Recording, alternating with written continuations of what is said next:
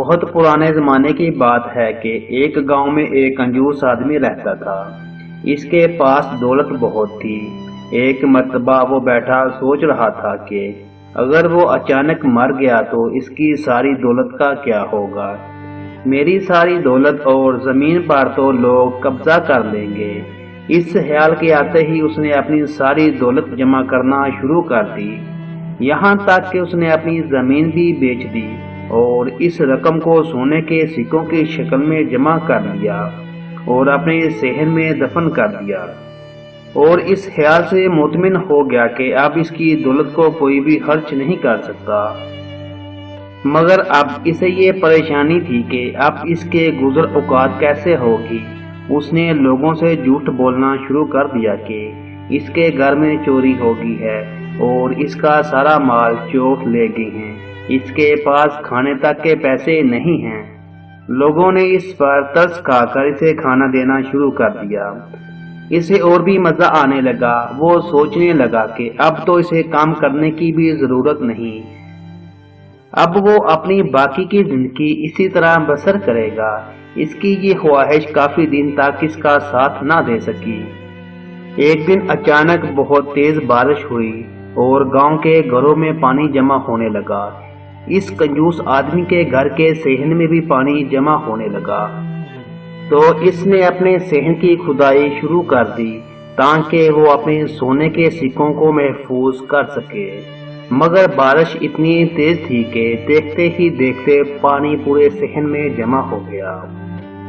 وہ اپنی جان بچا کر گھر کے اندر چلا گیا۔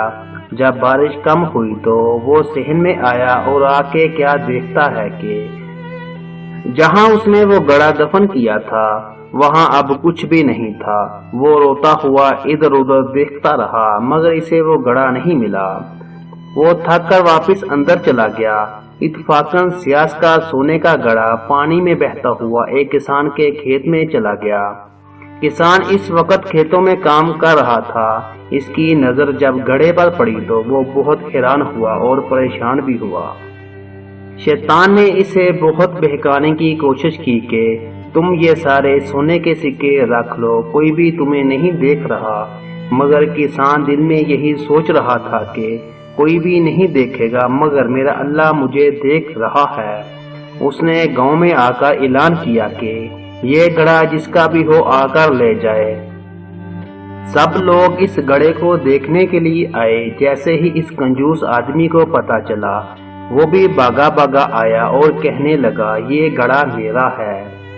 سارے لوگ کافی ناراض ہوئے کہ تم نے تو کہا تھا کہ تمہارا سارا مال چور لے گئے ہیں۔ تب اس نے ساری بات لوگوں کو بتائی۔ سب نے مل کر یہ فیصلہ کیا کہ اس گڑھے کے آدھے سکے اس کسان کو دے دیے جائیں۔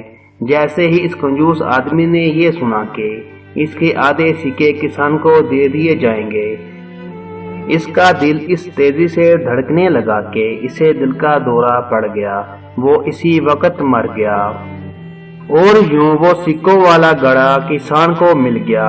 اس کنجوس آدمی کو اس کی کنجوسی کی سزا بھی مل گئی اور ایک ایماندار آدمی کو اس کی ایمانداری کا صلہ بھی مل گیا۔ اسی لیے کہتے ہیں کہ انسان کو اتنی کنجوسی نہیں کرنی چاہیے۔